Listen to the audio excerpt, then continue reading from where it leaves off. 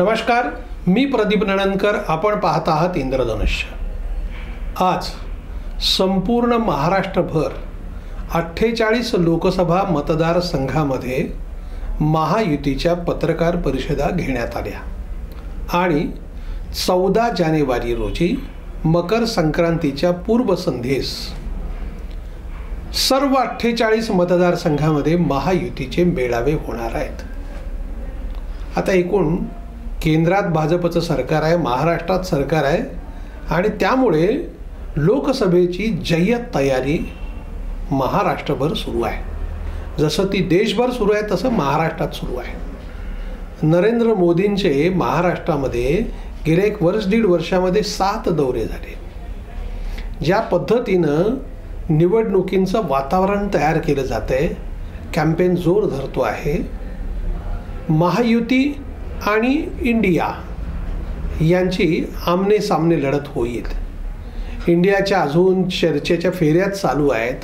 महायुतीने जागा वाटप जेव्हा होईल तेव्हा होईल, तोपर्यंत आम्ही सगळे एक आहोत हे लोकांना कळलं पाहिजे, यासाठीची ही तयारी आहे. आता बघा, या तयारीमध्ये महायुतीसोबत कोण कोण आहे?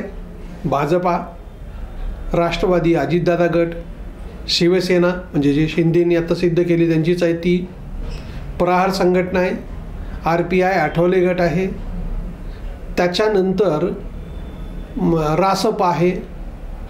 इतके छोटे छोटे पक्ष आहेत सगळे आणि ह्या सगळ्यांची मिळून महायुतीने पत्रकार परिषद घेतली. आता मेळावे होतील, जागा वाटपाचं जे होईल ते होईल, पण लोकांच्या समोर म्हणजे वरती शिवसेना, राष्ट्रवादी अजितदादा गट हे सगळे नेते एक आहेत. म्हणजे मुख्यमंत्री आणि 2 उपमुख्यमंत्री, काय आता सगळे मंत्रिपदही कमी आहेत. सगळ्या आमदारामध्ये अंडरस्टँडिंग आहे, खासदारात अंडरस्टँडिंग आहे, पण कार्यकर्त्यांचं काय? प्रत्येक मतदारसंघात अगदी बूथ लेवलच्या कार्यकर्त्यांपर्यंत हा मेसेज गेला पाहिजे की आम्ही सगळे एक आहोत, एका दिलाने निवडणूक लढणार आहोत. लोकसभेच्या वेळेला जो कोणी उमेदवार असेल तर तो महायुतीचा उमेदवार आहे आणि त्याच्या विरोधात जो कोणी असेल त्याचा पराभव करण्यासाठी आम्ही सगळे कटिबद्ध आहोत, ही भावना पोहोचवण्यासाठीचे हे मेळावे आहेत, हे तयारी आहे. आता याचं सगळं शेड्यूल, वेळापत्रक सगळं वरून आलं आहे आणि त्यानुसार अंमलबजावणी होते आहे. राज्यात ठिकठिकाणी एका मतदारसंघामध्ये समन्वयक नेमलेला आहे. ह्या सगळ्या आघाडीतल्या घटक पक्षांना एकत्र करण्याचा उपसमन्वयक आहेत आणि त्या पद्धतीत सगळे जबाबदाऱ्या देऊन कामं होत आहेत. आता होतंय काय, ह्या सगळ्या ह्याच्यामध्ये हे सगळं जरी असं नेमलेलं असलं, पत्रकार परिषदा घेतल्या गेल्या, मेळावे झाले, तरी सगळं काही आलबेल असतंच असं नाही ना. छोट्या मोठ्या कुरबुऱ्या असतात, डिमांड वाढत असतात कार्यकर्त्यांच्या. सगळे तुम्ही मंडळी, मोठी मोठी मंडळी तुम्ही ठरवतात आपापसात आणि आम्हाला केवळ वापरून घेणार का, असा म्हणणारा एक वर्ग असतो. असं सगळ्या कार्यकर्त्यांची नाराजी दूर करणे, त्यांच्यामध्ये समन्वय साध्य करणे आणि एकूण निवडणुकीमध्ये यश कसं प्राप्त होईल यासाठीचं अतिशय बारकाईचं नियोजन भाजपने प्रमुख पद घेत हे सुरू केलेलं आहे. हळूहळू याचे परिणाम दिसायला लागतील.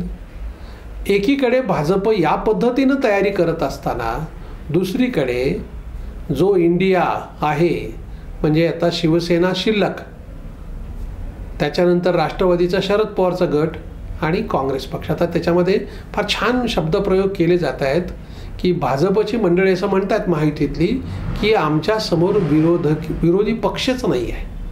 कारण पक्ष म्हणणारा काँग्रेस सोडला तर बाकी तर सगळे शिल्लक पक्ष आहेत आणि त्याच्यामुळे त्यांची ताकदच नाही असं वातावरण तयार केलं जात आहे. उत्तर तर काय देणार हो?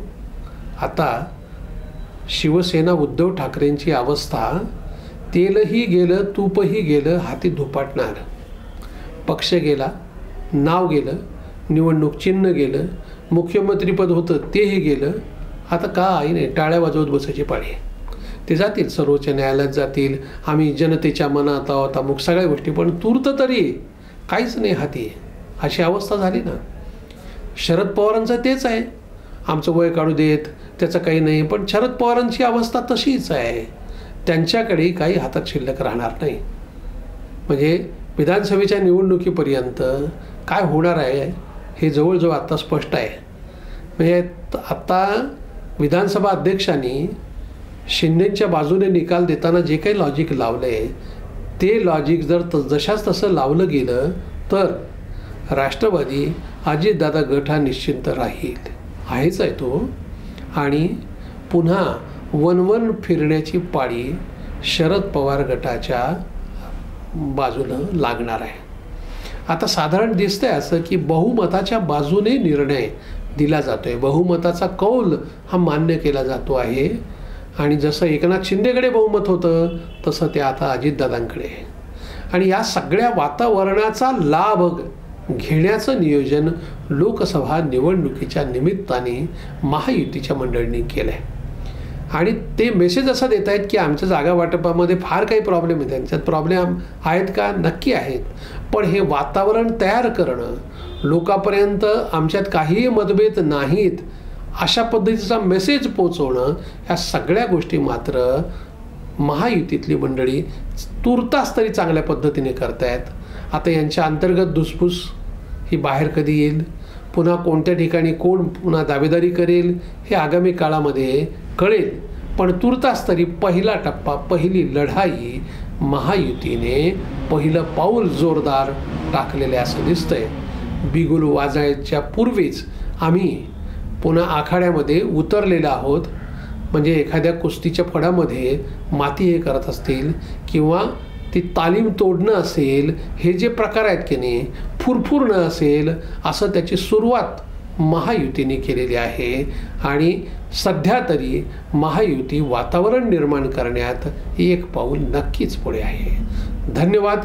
आपल्याला हा जर व्हिडिओ आवडला असेल तर तो लाईक करा, फॉरवर्ड करा व सबस्क्राईब